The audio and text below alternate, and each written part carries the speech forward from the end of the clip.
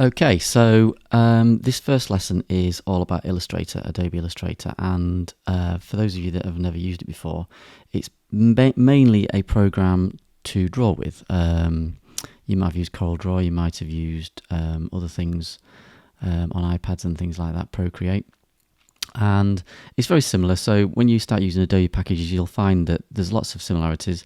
Strangely enough, there's not as many similarities as you'd want. It seems like they don't talk to each other. So in some bits of software, you'll find one tool or a shortcut key or something like that isn't exactly the same. But on the whole, a lot of the tools are very similar.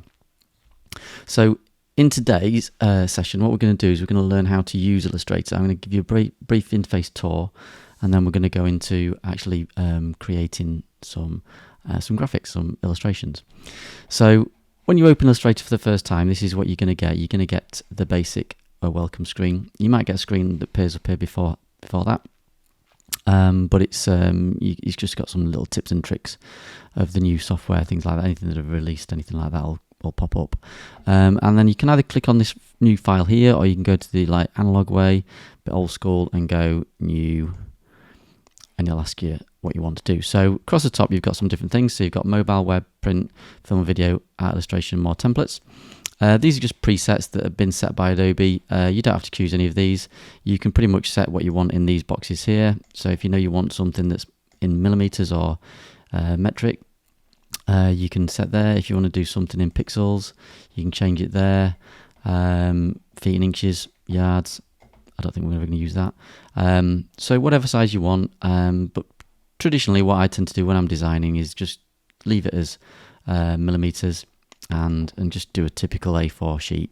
Color mode, I would always work in RGB unless I do know that it's going to go for print, and then I would work in CMYK. I'll talk about that a little bit later on.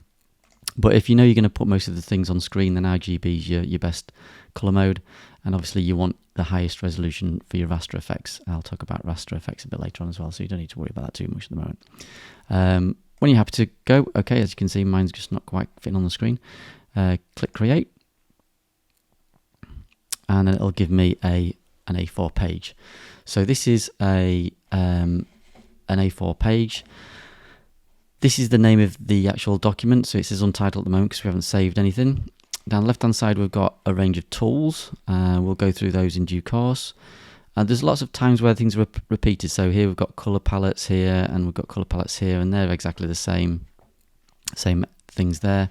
Properties will appear up here when we create something, and we've also got some sort of like techniques down the side here that help us do different things. So we'll come on to those in due course. So what the first thing we're going to need to know how to do is to draw something. And when we're drawing, we can start with simple shapes. So if I was to draw that, which is just basically a square, you'll see that it's got a white fill and a black outline because it's determined by the little things here and the little swatches here. So white fill, black outline. If I was to change the stroke, so there's the width of the stroke around it, you'll see that it gets a little bit thicker as I click. Now, with this being more visible, it's more noticeable when I start to change the colours. So you can see I change the colours from blue to green to orange, blue, etc. So this is an outline, and this is a fill. And the two come together in Illustrator. So in some programs, you can probably separate the fill from the outline. Flash is a bit like that, or Animated is now called. But within Illustrator, the fill and the line go together. You can have no line or no fill. So if I didn't want any line, I could click on this little red line here. So it doesn't give me any line. And equally, if I click on this one and click this one, it gives me no fill as well. So I can't see anything, completely invisible because it's got nothing on it. So it makes it very hard to grab hold of because it's got nothing in it. It's not even got a line. So the only way to grab hold of that again is to draw a selection over the top of it to make sure I can grab it. And I'm just going to give it a fill again. So I'll just give it black, and I'll give it a blue outline. And by default, it's gone back to a 1-point stroke, and that's normal. It doesn't remember always parameters that you set. So if you do change something from a 1 down to 1 to a 16 point line, and then you go for a different shape, it's probably not going to retain those properties. It sees each thing as individuals. When you want to move something around, you've got the black arrow. So the black arrow will allow you to move anything around on the page. It's called the selection tool. And as you can see by the little animation, all the tools have these little animations. It helps you understand a little bit about what they do. You can actually click on the Learn More button there if you want to. I've never done that. I tend to practice and play rather than watch videos. So it's much more advantageous to have a go. So with that, you can move it around, you can scale it by grabbing hold of one of the corner handles. These are sometimes referred to as nodes. These little points here, or I call them handles, points, some people call them anchor points. And you can pretty much move your object around. And also you can use the white arrow to do direct selection. So this is for selecting parts of a shape.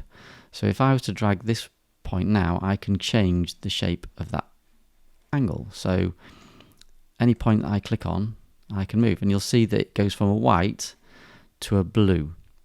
So when it's not selected, it's got a white center, and when it is selected, it's got a blue center. So click on that one. That one's now blue. And you can actually change these in the properties. So if I go up to Preferences and then I go to Anchor Display, you should see that there's an option here where I can change the size of them. So if I click the size up a little bit now, and then I have to move that box up there. It doesn't help, it doesn't fit on my screen. I'll just guess that it's there. You can see now that they're a little bit bigger. So it makes it easier for you to grab hold of them. So if you find it difficult to see them, just go into your preferences and change them a little bit bigger. So we'll leave them that size for the time being. Now you'll also notice these little handles appear. These little circle options appear within inside the shape. And if I was to drag those, it curves the shape. So it curves the corner. Now you can do either all of them, or you can do individual ones. So if I just select that one point there, these aren't selected. Can you see that this is the only one that's selected? So this is the only one that's moving.